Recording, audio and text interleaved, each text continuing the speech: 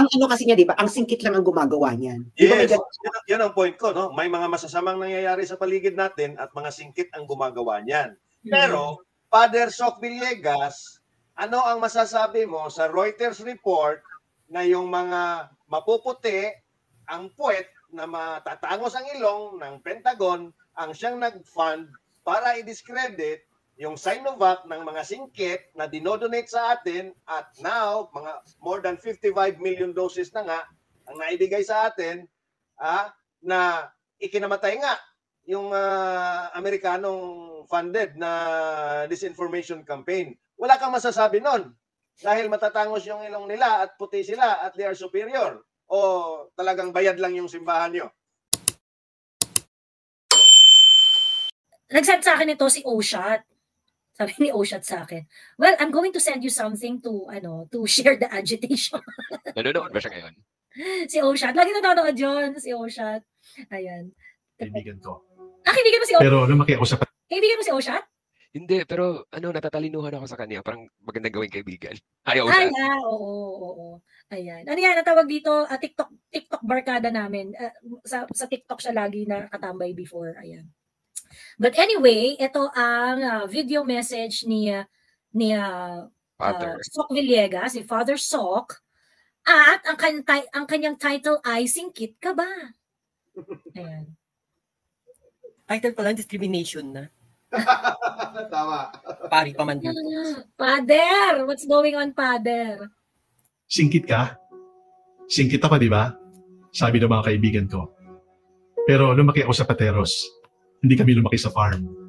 At ang pagiging singkit ko ay hindi dahil ipinanganak ako sa China. Pinanganak ako sa Pilipinas. Pero may dugong Chinese yung aking mga magulang. Ang singkit parang mahirap makakita. Pero dapat ang singkit bukas ang mga mata. Bukas ang puso para makiramdam. Bawal ang singkit na puso. Bawal din ang singkit na isip na parang makipot, parang hindi malawak ang pananaw. Buksan natin ang ating mata. Buksan natin ang ating puso. Buksan natin ang ating isip. Huwag pa singkit-singkit. Buksan at makikita ninyo mayroong hindi magandang nangyayari sa ating kapaligiran. Sapagkat yung mga isda sa West Philippine Sea, tinataboy. Yung ating mga sundalo, ayaw palapitin upang magdala ng pagkain. Asal ba yun ng kaibigan? Singkit ang mga gumagawa nun. Pero dapat nating labanan, hindi sa pamamagitan ng bala, hindi sa pamamagitan ng kanyon, kundi sa pamamagitan ng Diyos. Rosaryo ang ating kasangkapan. Magdasal tayo ng rosaryo araw-araw. For the conversion of China, let us consecrate China to the Immaculate Heart of Mary. Let us consecrate this country to the Immaculate Heart of Mary. The victory and safety of the Philippines will come from the hands of the Immaculate Mother. Putang ina, no? Girl, it's racist. Girl, it is racist. Racist to the core. He made it sound as if being singkit is a disability. Just me. So, pwede na ba ako kumuha ng PWD card? Girl, I can't.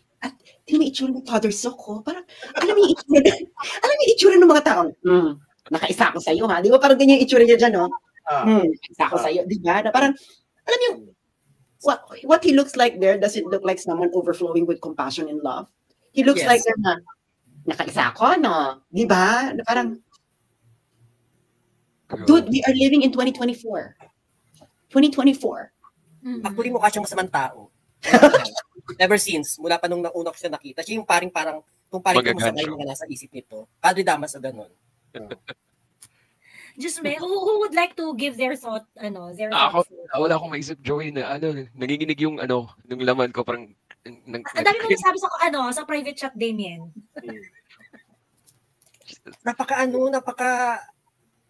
Ano ba tawag doon? Racist. Racist yun na parang pag singkit ka, yung mga Chinese, hindi binubuksan yung puso, hindi binubuksan yung singkit, hindi binubuksan yung isip. So, dapat huwag kang singkit. Well, not just sorry. Well, not just ang kasi niya, di ba? Ang singkit lang ang gumagawa niyan. Yes, yan ang point ko, no? May mga masasamang nangyayari sa paligid natin at mga singkit ang gumagawa niyan. Pero, Father Soc Villegas, ano ang masasabi mo sa Reuters report na yung mga mapuputi, ang puwet na matatangos ang ilong ng Pentagon ang siyang nag-fund para i-discredit yung Sinovac ng mga singkit na dinodonate sa atin at now, mga more than 55 million doses na nga ang naibigay sa atin na ikinamatay nga yung Amerikanong funded na disinformation campaign. Wala kang masasabi nun dahil matatangos yung ilong nila at puti sila at they are superior o talagang bayad lang yung simbahan nyo. Hindi naman kasi naman EB, no? This is not related to Soc Villegas, no? At all. Mahilig kasi talaga ng LGBT sa AFAM. So, Don't make it too obvious naman sa clarifying that hindi to related kay Soc Villegas na yung mga LGBT. Ito yung earlier namin pag-uusap, no? Ito yung earlier namin pag-uusap sa dalawang LGBT. Si Angie, na dalawang, one gay guy and one trans daw. So they are, there. So, ito pa kasi, Joey, I believe you can pull up the filing sa Stocks Exchange ng Felix. Hanapin mo yung top 100 stockholders. Felix Mining Corporation. Felix Corporation. I think it's even available on their website. Di ba CBCT? Wag ka muna, kailangan natin ng data. Wag ka masyado dyan makialam. Alam mo, sus, naiinis ako kasi Katoliko din ako eh. Tapos ididikit mo yung pangalan ni ipagdasal natin kay Mama Mary dahil si Mama Mary magrosaryo tayo kay Mama Mary. Pagkatapos mo mag-discriminate, so alam mo yan, parang pinagsama mo sa isang message mo yung masama ang China. Ipagdasal natin siya. Alam mo, yung parang mga makalumang pari na kasi yung masamang tao yun, ipagdasal na lang natin siya kasi masamang tao siya para bumait siya. Di ba parang ginudge mo yung tao na masama at the same time pagdadasal ikakabit mo si Mama Mary, parang hindi nagtutugma. Kung ako yung i-encourage mo na maniwala sa iyo, tatawanan kita. Baka i-persona non grata daw ako ng LGBT. Bansa ba sila? Bansa ba sila? Are they a state? You know what? I don't care if I'm saying something. Barangay to declare you a persona non grata.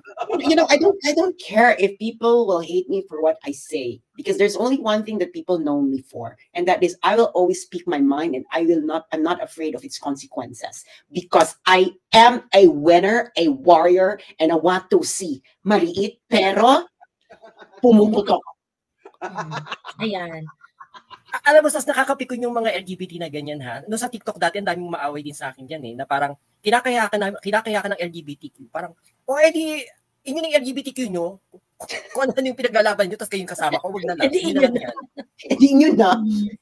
Parang dapat UPS lang din yan. Inyo na. Anyway.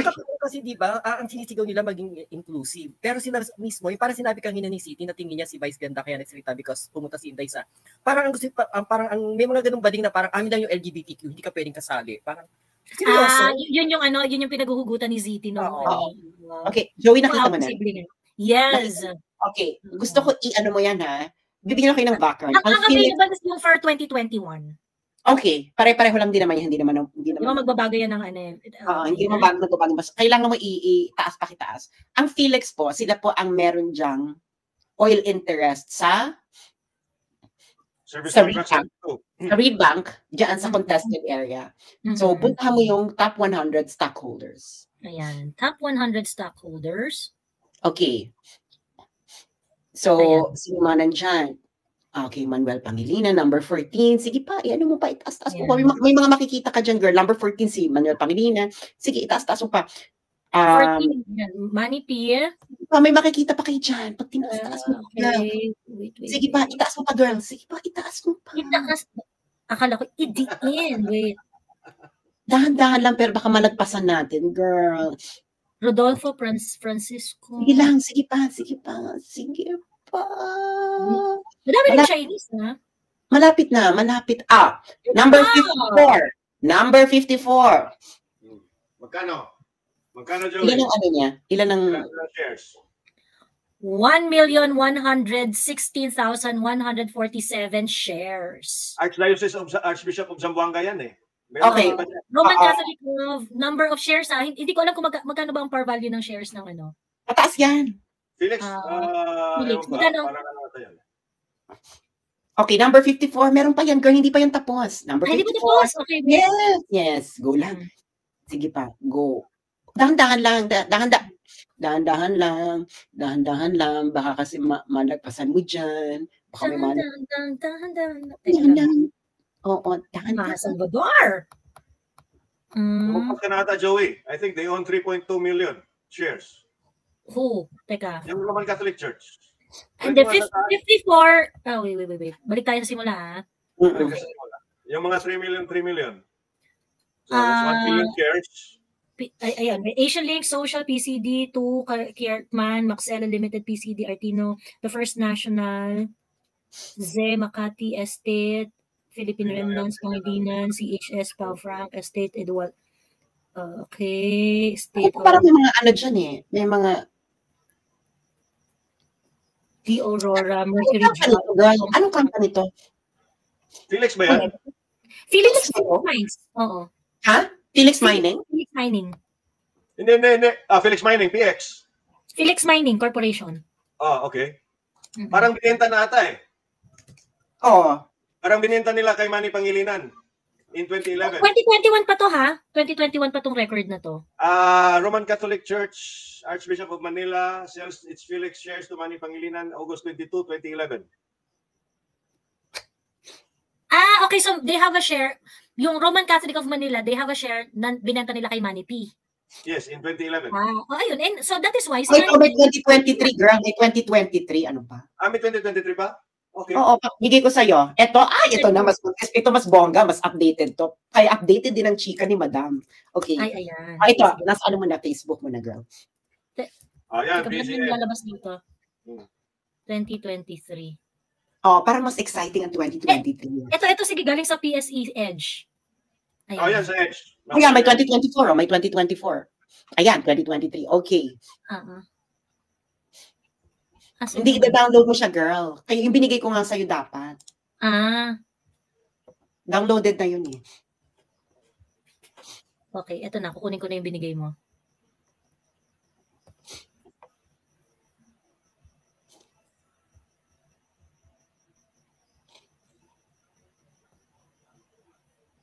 Ay, eto na. Chismisang malupit. Okay? Okay. Ready na kayo, guys? Sige, go. Ayan, December 31, 2023. Ay, mas malaki na. 5.7 na yung number of shares, billion. Okay. Wait lang, ha. Top 100. Yan. Liit. Ayan, PCD, Social Security, First National Bank, Estate. Si Manny P, 13 na siya. Okay, Kabato, Suntay, Alpha, Di Aurora, Mercury. Ayun pa rin, Roman Catholic Archbishop of Zamboanga. 52 na siya. 2 notches. Tumaas pa ang kanyang... Ilang shares na siya? Hindi nagbago. Ganun pa rin. 2.02% Ganun pa pa rin. rin. Okay. Ayan sila kasi may share sila dyan. I-type mo yan, Joey, yung Archbishop of Manila shares sold to Pangilinan 2011. Pero luma na yun So maybe that's the reason why Manny P went up in the stockholders level. Yes. They sold the Hindi, they sold it at the right time na tumaas yung nagkaroon sila ng killing. Kasi ganyan naman ang yung Felix eh. Tanong yung mga nag-i-invest sa stock exchange sa Philippines. As in, nung 2016, maraming nag-ano sa akin na nag-stock exchange. Sabi nila sa akin, yung Felix daw talaga, hinihintay talaga nila na pag may gulo, bababa syempre yung stocks. Tapos pag may magandang announcement, tumataas yung stocks. So parang nakikita na nila yung pattern. So kasi that was the time na nagkakaroon ng bonggang gulo doon sa... Oo, tapos bigla mag-a-announce. Mag-ano na kami, nung panahon ni Pinoy, maraming ganoon kasi Albert Del Rosario is a former director of Felix. Actually, ano talaga siya, involved. So siya yung tapos bigla magkakaroon ng announcement. Mag-ano na kami, magdidig na kami. Mag-exploration na kami, biglang tataas yung stocks. Tapos, magkakagulo, may gulo, bababa yung stocks. Tapos, Oo. So, so parang, ano na to nagiging ano na to, no? Price manipulation. Oo. So parang, Insider trading. nagiging parang insider trading na yung eksena. So ngayon, ano ba yung interest ni pero nakakaloka si Sok, no? Talagang singkit ang gumagawa niyan. Nakikita niyo kung how Sok, balik na tayo kay Sok. Nakita niyo how Sok encourages violence. Pero hindi po tayo gagamit ng dahas. Magdasal lang po tayo sa Immaculate Conception. Parang Nakakadiri. alam mo yung mga kabarkada mong may kalit siya. Tapos gusto niya kampihan mo siya. Tapos ang gagawin niya, alam mo, pero wala kang issue dun sa tao. Tapos lalapitan ka ng kabarkada mo. Alam mo yan, ganito. Pero I don't want you to have a bad relationship with her. Oo. Pero sasabihin niya lahat ng ikagagalit mo sa kanya. Diba? Parang ganito yan, no? Alam mo, mamilay ka. Ito, Joey, ayoko naman kayong mag-away ni Sas. Kasi syempre, magkaibigan naman kayo. Ganyan. Pero kasi itong si Sas, nakita ko yung cabinet niya. Tapos yung cabinet niya, alam mo, katulad ng mga sinusuot mong jacket. Di ba na isang araw, hinahanap mo yung mga jacket mong nawawala? Ayoko namang mag-away kayo, ha? Pero sinasabi ko lang to, kasi syempre, actually, si Sok Villegas ay passive-aggressive. Passive-aggressive. Yes, Ganun naman yung mga pare. Mga pare, ganyan yan sila eh. Ganyan yan. Kasi nga celibate. Quote-unquote. Celibate. Aminin mo. Kasi syempre pag celibate ka, hindi ka rin nag-masturbate. Naku, dahil. Of course. It's the same. Sinend ko yung link sa private chat, Joey. When the Roman Catholic Church sold 3.2 million shares of Felix to Pangilinan in 2011. Pero yun na nga. Yun ang eksena ng buhay. And the Roman Catholic Church Archbishop of Manila owns about close to 1.7 billion worth of shares ata in BPI. You think Kuyang EB, they have like side deals with this sale, like bumabakas kaya yung Catholic Church so that the Catholic Church will not show as a top Well, they can do that. I mean, the Vatican Bank has been accused so many times of working laundering for the mafia.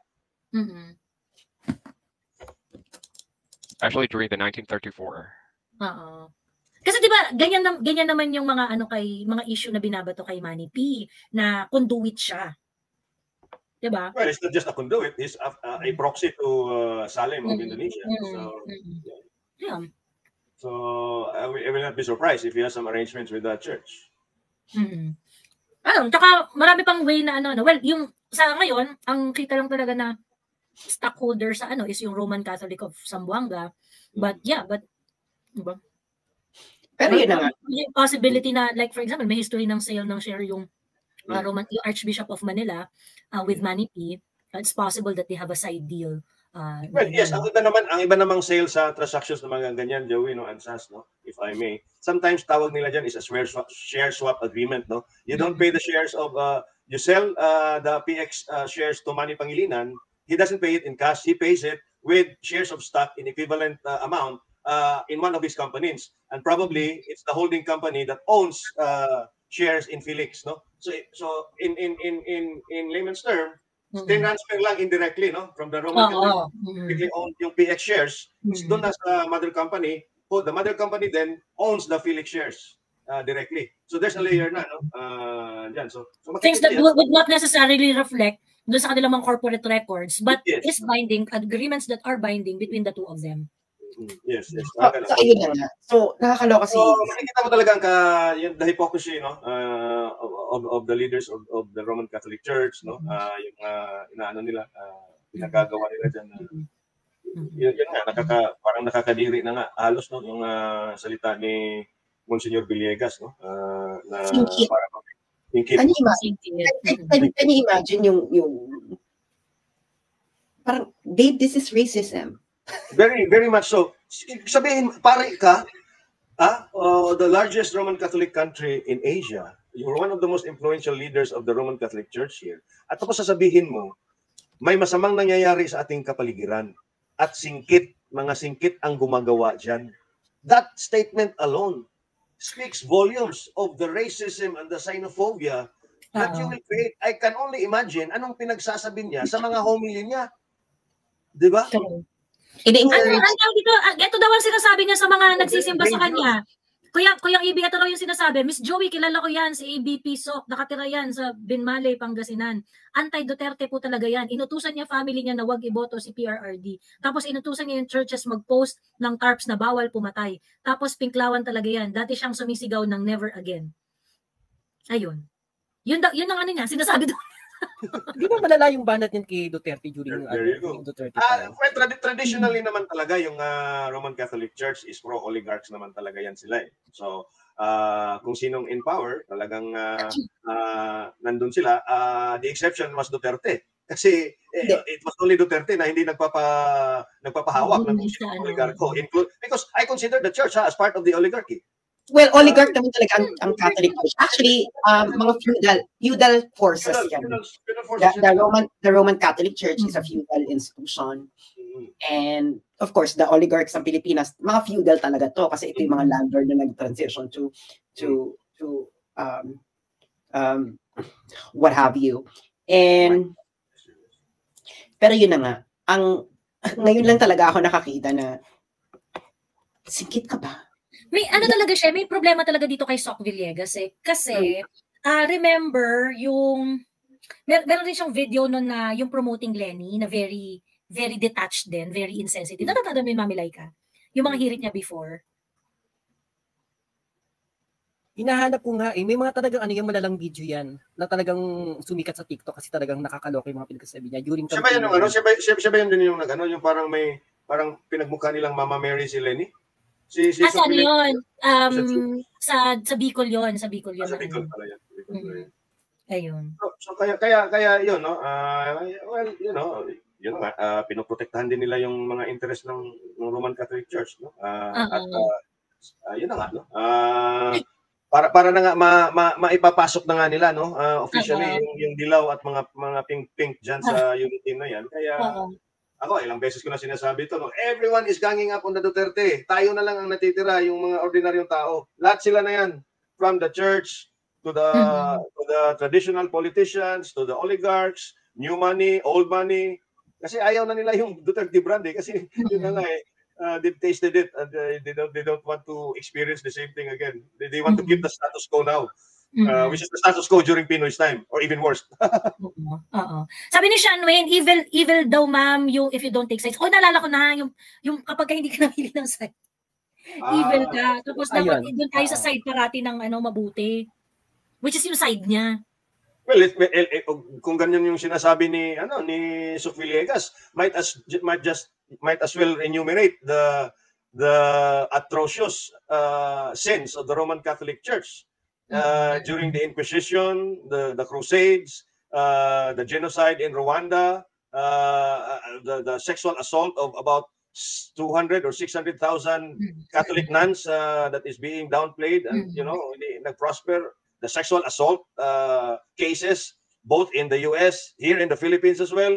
So itong si Sok Villegas na nagmamalinis at tinatawag yung China na yung mga singkit nga na may masamang nangyayari, pakitingnan naman nyo yung simbahan nyo, yung pagmumukha nyo. Hindi na kayo nahiya with what the Catholic Church did to humanity, no? And in fact, yung pag-ostracize at pagiging anti-Jewish nila, yung pagiging yung sa mga Hudyo, kailan lang nila tinanggal yung doktrina nila na yung si Poncio Pilato na nag-utos na ipapatay si Jesus Christ doon sa ano. Ano na 1960s lang yun eh. Di ba kailan lang rin nila binago yung sila kaya yung mahilig mag-discriminate kasi kailan lang rin nila binago yung, di ba before kapag ka nag-S yung tao, hindi pwedeng misahan ng simbahan. And that was the practice for a very, very long time. And also, kailan lang nila ni-reverse yan? Anong klaseng diskriminasyon yan, di ba? Nabutan ko yan ha, because there were two cases like that, no? Sa dito sa amin, na talagang hindi nga pinapasok doon. So, hindi pinag-minisahan. Hindi talaga minimisahan ng Hindi nga minimisahan, no? It's based on my personal experience. And also the doctrine na yung mga babies na namatay na wala pang binyag. Ang doktrina niyan sa church is nasa limbo sila, no? Di ba? Yung doktrina ng church is impyerno, purgatorio, tsaka yung langit na nga, no? Pero pag hindi raw na-baptize, nasa limbo daw yan, no? Which is actually an undefined place somewhere, no? So kailan lang yan iniba ng Roman Catholic Church? So, didiretso na yun sa heaven kasi mga innocent na daw kahit hindi na-baptized. So, I mean, we were going to theistic and atheistic debates here, but what I'm trying to say is, for a man of the cloth, like Sok Villegas, who is respected in the church, for him to say that, and not be mindful of what really is happening, kinakall out na yung China, he's not even calling out when in fact he is anti-Marcos as well, the Catholic Church, no? Well, yung mga pari naman ng Spanish time sa Pilipinas, nidiscriminate yung mga Chinese. Kaya nga, di ba itong yung tapos di ba kaya nga yung sa Noli Me Tangere para ipahiya yung tatay ni Ibarra, ipinalibing sa libingan ng mga Inchik kasi para pag yung libingan ng Inchik parang libingan ng aso. Second class citizen nga yun sila. True, no, Mami Laika. Sok Villegas is just being consistent sa mga sa mga Catholic priest practices. Ayan. Hindi, alam mo, meron din kasing sa Vatican kasi there is some sort of a divide about China. Maybe Sok is on the side of the other. The more conservative side, yes. Well, the more feudal side. So, ang ano niyan is, meron kasing iba na, they are praising China because of the poverty alleviation. Yung iba naman, sabi, hindi, pumunta kayo ng rural areas ng China para makita niyo, peripheries ng China para makita niyo talaga ang totoong China.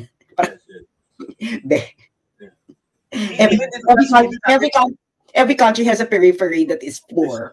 Diba? Why are you going to the poorest area ng isang bansa in order to get ito yung real picture ng bansa? Why? Parang, Parang, why don't you go to the ghettos of Chicago and New York? Why don't you go to San Francisco? San Francisco, the homeless, or down south. Or why don't you go to the south of Italy, Father? There you go. Or the fringes of Paris. Diba? Why are you going farther from home? Tapos nga, diba, na-issue rin kasi ang Vatican. Hindi kasi mapabend. China is one of the very few countries that the Vatican wanted to penetrate. But couldn't. Historically talaga, it has been resistant to the Roman the Christian conversion. Yes. Spain wanted to follow Spain. Di ba pinabasa ko nga sa Di ba, Joey? Spain wanted to colonize China with the collaboration of native Filipinos. Native. So, gusto niyang i-Christianize. Excuse me, Sas, di ba yung part yun sa message niya? Let us pray for the conversion of China? Wala, meron ba? Meron ba? Sabi niya. Saan? Consecrate. Let's consecrate China. Let's consecrate China, sabi niya. Let's pray for the conversion of China. Ito, simula. Singkit ka? Tama. Di ba? Sabi ng mga kaibigan ko. Pero lumaki ako sa Pateros. Hindi kami lumaki sa farm. At ang pagiging singkit ko ay hindi dahil ipinanganak ko sa China. Pinanganak ako sa Pilipinas. Pero may dugong Chinese yung aking mga magulang. Ang singkit parang mahirap makakita. Pero dapat ang singkit bukas ang mga mata. Bukas ang puso para makiramdam. Bawal ang singkit na puso. Bawal din ang singkit na isip na parang hindi malawak ang pananaw. Buksan natin ang ating mata. Buksan natin ang ating puso. Buksan natin ang ating... Tangina, no? Ginawang kapansanan yung pagiging singkit ng putang ina. Singkit, di ba? Very racist. Racist. It gets even worse whenever I listen to it. Di ba? Singkit ka ba? Pero ako singkit, pero hindi ako lumaki sa Dapat hindi tayo singkit, ha? Dapat hindi tayo singkit. Putang ina yan! Ano yan? Diyos Alam mo, nagpapakalat siya ng hate at the same time, ginagamit yung pangalan ni Mama Mary. Parang kakadiri. Oo, yun yung nakakadiri. Yun yung sobrang nakakadiri. Ano, no? Well, Continue. bago lang, sige, tuloy ko muna tong video. Ating isip. Huwag pasingkit-singkit. Buksan. At makikita ninyo, mayroong hindi magandang nangyayari sa ating kapaligiran. Sapagkat yung mga isda sa West Philippine Sea, tinataboy. Yung ating mga sundalo, ayaw palapitin upang magdala ng pagkain. Asal ba yun ng kaibigan? Singkit ang mga gumagawa nun. Pero dapat nating labanan, hindi sa pamamagitan ng bala, hindi sa pamamagitan ng kanyon, kundi sa pamamagitan ng Diyos. Rosaryo ang ating kasangkapan. Magdasal tayo ng rosaryo araw-araw for the conversion of China. For the Let us conversion consecrate China For today. the conversion of China. Immaculate Heart of Mary. Hindi. Let us consecrate this country to the Immaculate Heart of Mary. Consecrate this country to the Ulitin mo, Immaculate Heart of China. Naka-highlight Magdasal ko tayo eh. ng So kundi he sa pamamagitan ng he wanted Diyos. Filipinos to Rosaryo ang ating kasangkapan. Magdasal tayo ng rosaryo araw-araw for the conversion.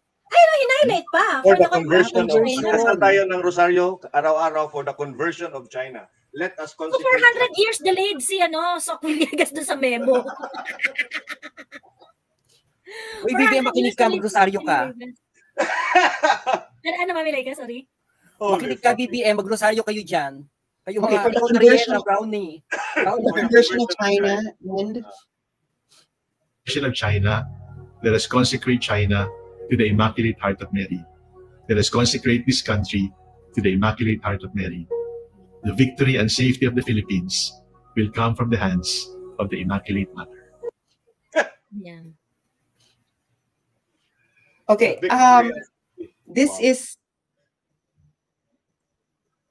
My God, it gets worse and worse every time. When you listen to it, every time, no? Every time you hear it again. Yes. yeah, it gets you get- even and you get worse. Those The first time very you hear it, yes, those very subtle messaging. Unang-una. Ito, gusto talaga ma-penetrate yan ng Vatican ang China. Because there's a lot of money. Kasi I think there's the number of Catholics in China is the same as the number of Catholics in the Philippines. really? About 80 million, I think. Sandali, check ko. Ano ba? Yeah, let's check. Okay. Sa laki ng population How nila kasi. many? Ay, hindi pala 6 million to 12 million pala, sorry. So 1% ng country's population niya is Catholics. So that's a lot of Room. I don't know. A lot of Between room 6 to to grow. 12 million. Between 6 to 12. But remember, imagine kung kunwari, let's say, dumami ang Catholic sa China tapos 2 times yung offering. Di ba? Hindi, pero kasi ang niyan kasi Vatican has an issue with China. Kasi syempre hindi sila makapalag sa China, no. Kasi as you know, the Vatican exercises some indirect political control in every country na mayroong Catholic church because they select the bishops. The Vatican, di ba? Ang nagse-select ng bishop ay Vatican. And of course, the bishop exerts some sort of political influence in different countries, lalo na sa Pilipinas, no? Kitang-kita mo naman kung gaano sila ka-active. So, sa China, ang naging agreement lang nila is China ang magse-select ng bishop, but ang Vatican pwede mag-veto. So, parang, okay, mag-deal na lang tayo na pwede kang mag-select ng bishop, ay pwede mo i-veto, pero kami ang may say kung sino yung mga upo. Pwede mo i-veto, pipili na lang kami ng Dumating na sila sa ganung point na yung establishing na pati yung process of choosing. Meron silang agreement, and I think Vatican wants to establish a permanent diplomatic relations with. Wala pa ba, Chas? Wala pa silang formal diplomatic relations? Okay. So ganun ang eksena. Hindi talaga penetrate yan. Well, the Chinese are very pragmatic, and they have a different kind of philosophy and spirituality, and it doesn't. They do not believe in the afterlife. Okay? Exactly. They do not believe that you have to build something for the afterlife. They only you have to build it here. You have to build it here, and if it's and sacrificing your current condition is only for the good of the next generation. That's why they're used to tightening their belt in order for the next generation to have a better life. So it's a very earth grounded mindset. And it's twice as ancient as Christianity, yung philosophies na yan, no? So it's ingrained already. So, it's very difficult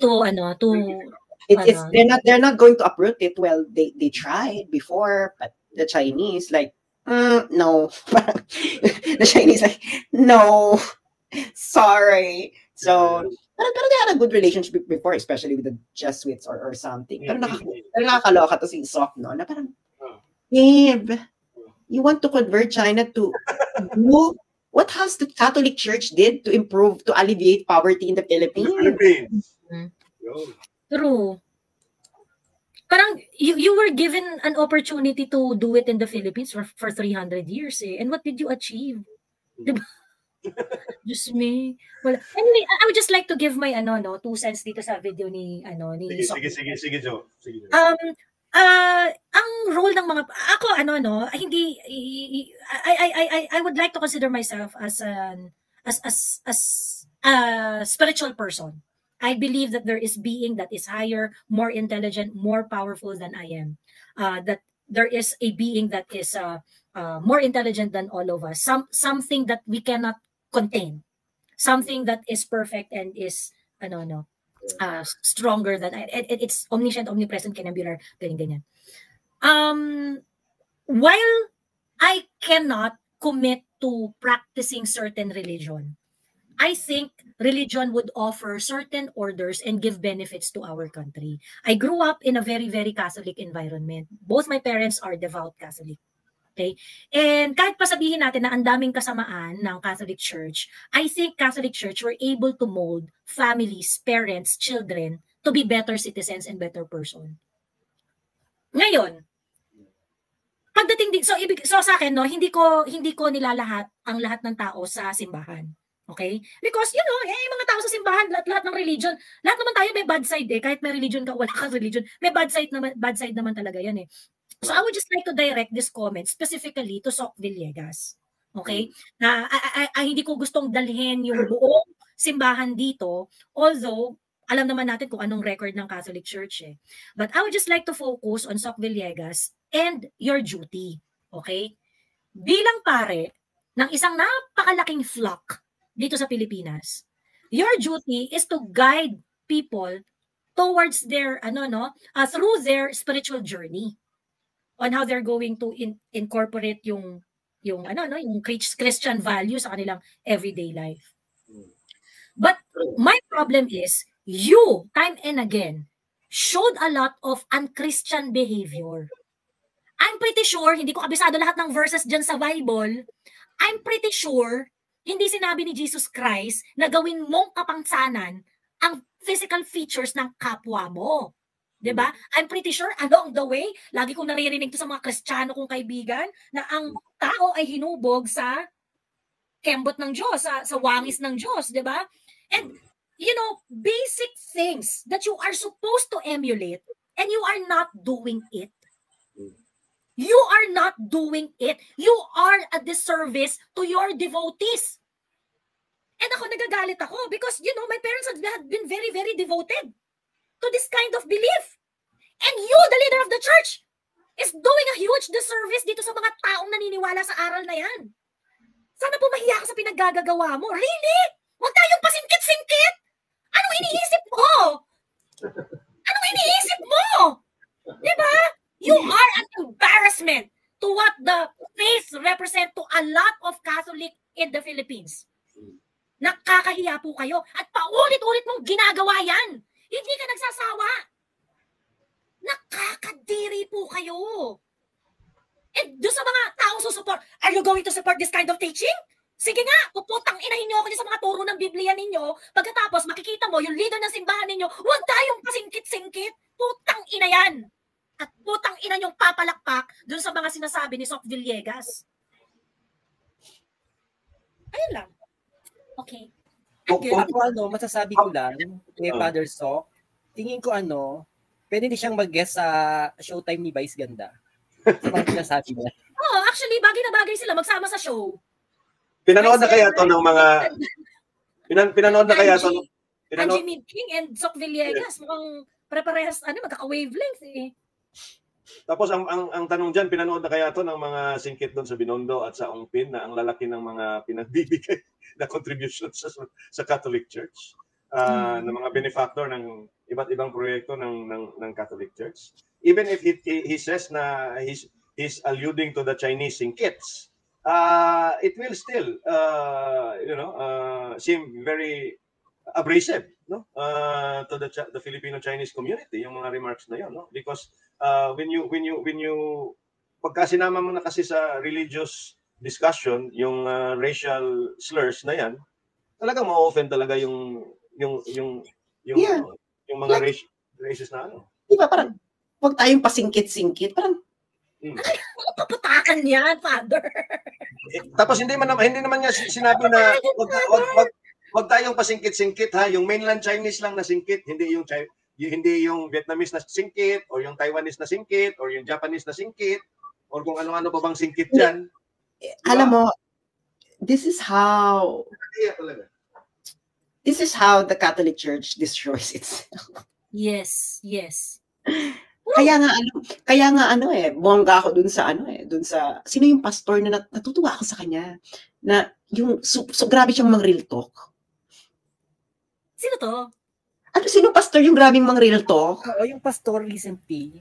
Yung parang Becky. Yung parang Becky na Ed Lapis.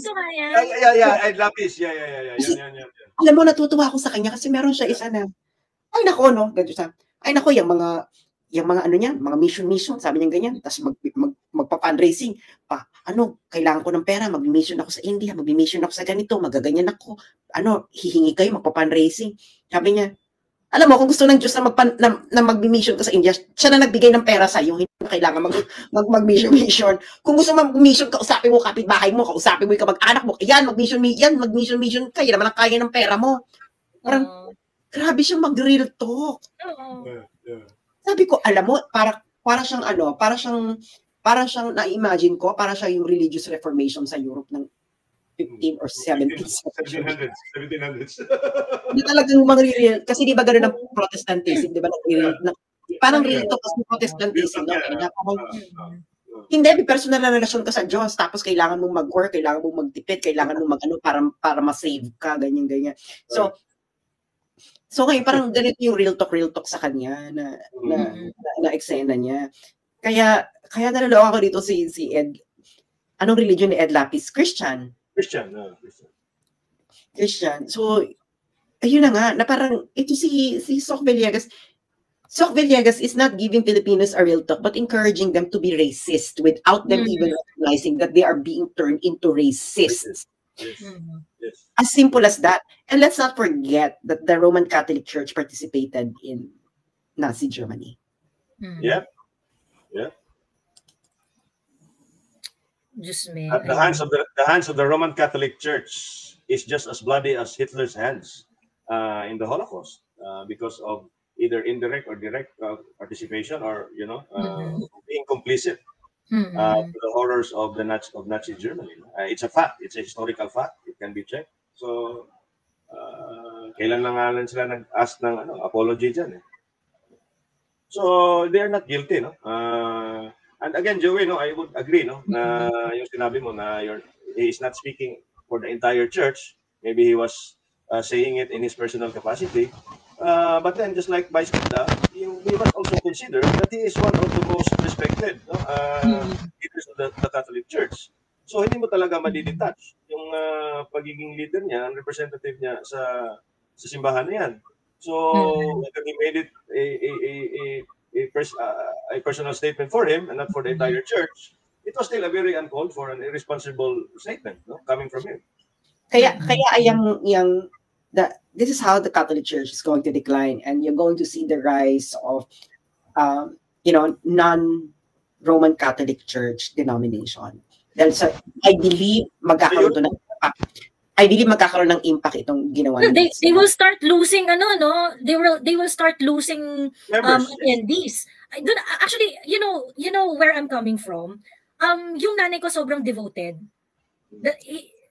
Grabe yung grabe yung devotion ng nanay ko sa faith niya. And I let her. That's her eh. And then sobrang talagang pinapractice ng ermat ko at saka yung erpat kung paano maging mabuting Kristiyano.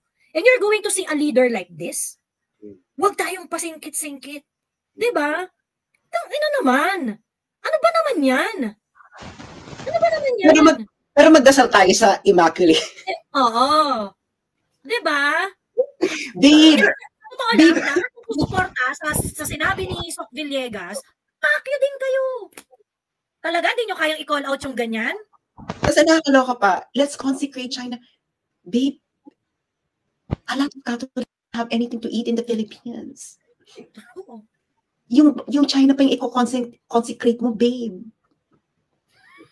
Father saw China eradicated absolute poverty and uplifted 800 million of its people in just one generation. And then you have this confidence to tell Filipino, ipagdasal natin ang China. Anong narating natin? Parang tayo pa yung, huwag ka mag-alala, China, kami pang gagawa ng pabor sa'yo kasi pagdadasal ka namin.